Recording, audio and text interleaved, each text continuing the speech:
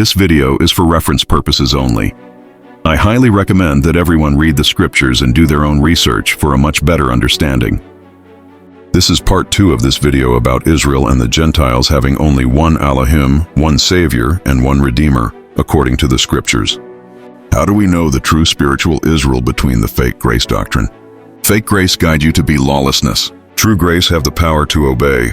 Matthew 7 verse 21 to 23. Depart from me, you that work lawlessness. Romans 6 verse 1 to 2. Shall we continue in sin that grace may abound? Alahym forbid. Titus 2 verse 11 to 12. For the saving gift of Alahym has appeared to all men, instructing us to renounce wickedness and worldly lusts, and to live sensibly, righteously, and reverently in the present age. Spiritual Israel is not a church membership, a verbal confession only. Spiritual Israel is Torah written on the heart. Spirit of truth walked out in obedience. Jeremiah 31 verse 31 to 33. I will put my Torah in their inward parts and write it in their hearts. Romans chapter 11 is the restoration of all Israel. Romans 11 is not about replacement, it is about reconnection. Romans 11 verse 17. Wert grafted in among them, and with them partakest of the root and fatness of the olive tree. The olive tree is the Israel. The root is the covenant plus Torah. The sap is the Spirit of Yahweh. Romans 11 verse 20. By unbelief they were broken off, and you stand by belief. Do not be arrogant, but fear. No new tree was created, only grafting back into Israel. Romans 11 verse 26. And so all Israel shall be saved. All Israel must be. Judah restored to spirit. Ephraim restored to identity. Ezekiel 37 verse 16 to 22. The two sticks become one in the hand of Yahweh. Governmental restoration is not about religion. It is about heavenly governance on earth. Revelation 5 verse 10. And made us sovereigns and priests to our Alahym, and we shall reign upon the earth. Revelation 14 verse 12. Here is the endurance of the set-apart ones. Here are those guarding the commands of Alahym and the belief of Yahusha. The restoration of Israel are the restoration of order, the restoration of authority, the restoration of covenant.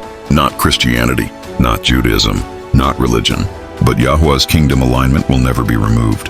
The name restoration war, Yahuwah versus Lord. This is not a language issue, this is an authority issue. Exodus 3 verse 15. This is my name forever, and this is my memorial unto all generations. Psalm 83 verse 18. And let them know that you, whose name is Yahweh, you alone are the most high over all the earth. The title Lord is not a name, it is a substitute that removes identity. Hosea 2 verse 16 to 17.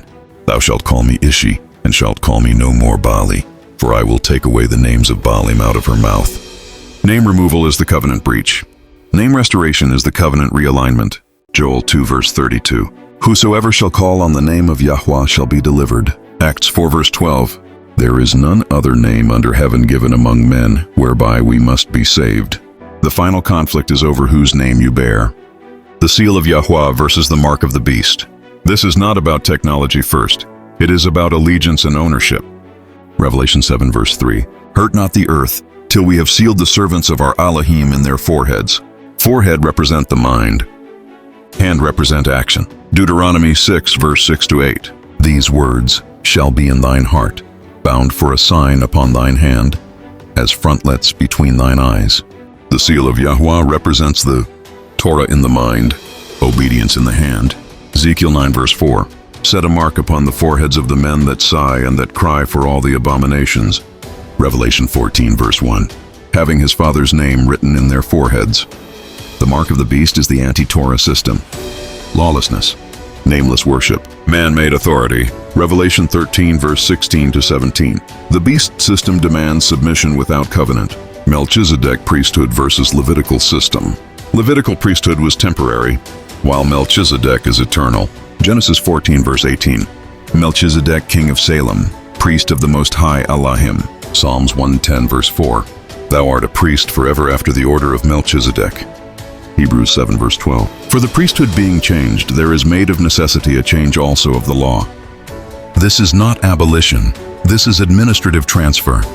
The Melchizedek order predates Sinai, combines king plus priest, operates by spirit and Torah. Revelation 1 verse 6. Hath made us kings and priests unto Alahym. This is the government of the last days, the 144,000. Governmental order, not symbol. The 144,000 are not random believers. They are sealed administrators. Revelation 7 verse 4. The number of them which were sealed, of all the tribes of the children of Israel. They are from Israel, sealed with the name, undefiled by religious systems. Revelation 14 verse 4 to 5. These are they which follow the Lamb whithersoever he goeth. In their mouth was found no guile. They operate under Melchizedek priesthood, Torah written on the heart, Spirit of truth, final heavenly separation, Eden restored or exile confirmed. The end is not escape to heaven. The end is heaven restored to earth. Revelation 21 verse 3. Behold, the tabernacle of Alahym is with men. Revelation 22 verse 14. Blessed are they that do his commandments, that they may have right to the tree of life. Genesis chapter 3 closed Eden. Revelation chapter 22 reopens Eden. Only those in name alignment, Torah alignment, spirit alignment, to return to Edenic authority. The fall of the Watchers and bloodline corruption, Nephilim giants and DNA warfare. Babylon the Great, religious system exposed. Time cycles, feasts, and heavenly appointments. The fall of the Watchers, bloodline corruption, and Babylon the Great exposed. Seed war, authority war, and final separation. The original war is a seed war. Genesis 3:15. I will put enmity between thee and the woman, and between thy seed and her seed. This is not symbolic only, this is a genetic and spiritual war. The seed of the woman is the covenant, life, obedience. The seed of the serpent is the corruption, lawlessness, rebellion. The enemy does not create, he corrupts. The fall of the Watchers or the sons of Alahym. Genesis 6 verse 1 to 4. The sons of Alahym saw the daughters of men that they were fair, and they took them wives of all which they chose. Job 1 verse 6.